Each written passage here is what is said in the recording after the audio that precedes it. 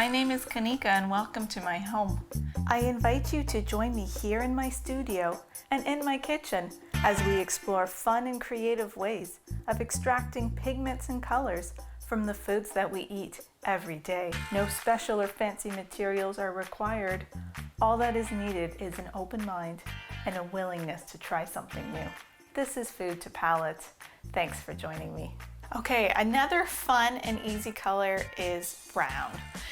We think of brown, you might not really think of it as a color, but what's great about this neutral tone is it can be used in so many different contexts. If you want to make animals, if you want to make trees, if you want to make any type of scenery, brown is actually quite a versatile color, and it's probably the easiest color to make as well. So the easy way of doing this, I have here instant coffee grounds.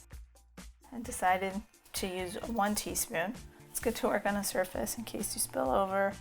Add the steaming hot water. So here, just mixing it up.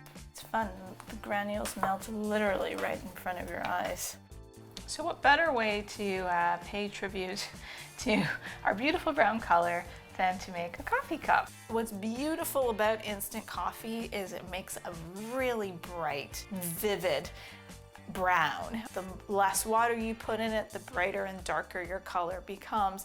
The more you dilute it, the more variance you'll get in the shades and the tones. What's fun about these pigments, which are very water-based, is they're fluid.